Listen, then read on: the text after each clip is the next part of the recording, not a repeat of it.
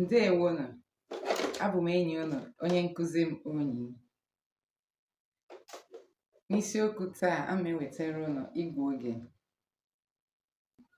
In our today's teaching, I'm bringing to you telling time in Igbo language.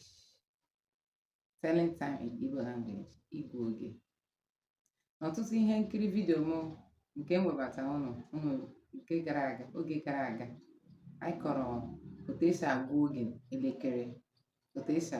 elekere.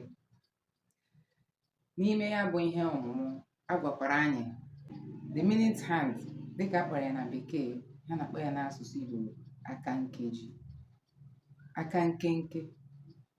Ya bụ ndị bekee na-akpọ ya short hand.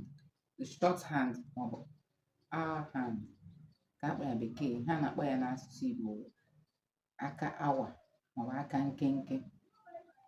Aka nkenke a na-egosipụta na elekere akwọọla otu awa. Dịka m chọkwara na ichetara ụnụ na mgbe aka nkeji a nọ na akara abụọ, dịka m gwara ụnụ na anyị na-agụ ya isi, we count in fives.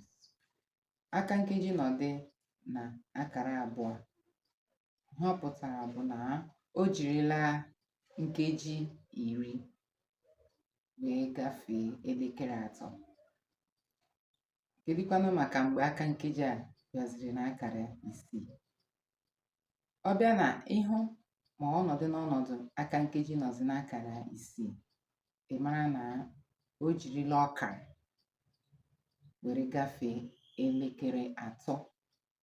O jirila ọkara wee gafee elekere 3.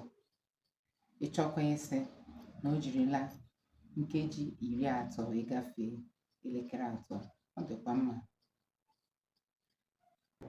Dịka m gwara ụnụ kụzi na vidio nke ọzọ, na ọ na-ewe ya nkeji 60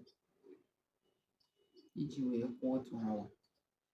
Nkeji a egwerela nkeji 60 ma ị gụọ ya 5, 5, 10, 15, 20, 25, 30, 35, 40, 45,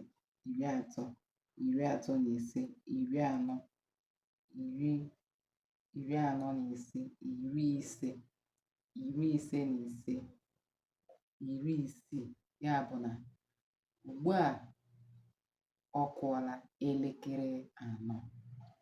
Ọ kụọla elekere 4. Ma kedụkwanụ otu a ga-esi agụ oge a ma ọ dịrị otu a n'elekere? Ndị asụsụ bekee ga-asị when the long hand is on 12 and short hand on 1, it is 1 o'clock. Kedu ka anyị ga-esi kpọpụta ya n'asụsụ Igbo? Ugbu a, dịka ihe o si wee dapụta, ihe na-akụnụ bụ elekere mbụ. Elekere mbụ. Eziokwu na 1 bụ otu, mana abịa n'ịgụ oge na asụsụ Igbo, a na-asị na ọ kụọ 1, asị na ọ kụọla elekere mbụ. Ọ dị mma. Ịgụ oge elekere nwere oge ndị mabara n'ụtụtụ na ndị nke mabara n'ehihie maọbụ n'abalị. Ọ nweghị ihe dị ọjọọ n'ịsụ asụsụ mba ọzọ, mana ka anyị were ya na ọ dị oke mkpa ịsụ asụsụ anyị. Ka ọ dịbazie n'ụbọchị ọzọ, unu emeela.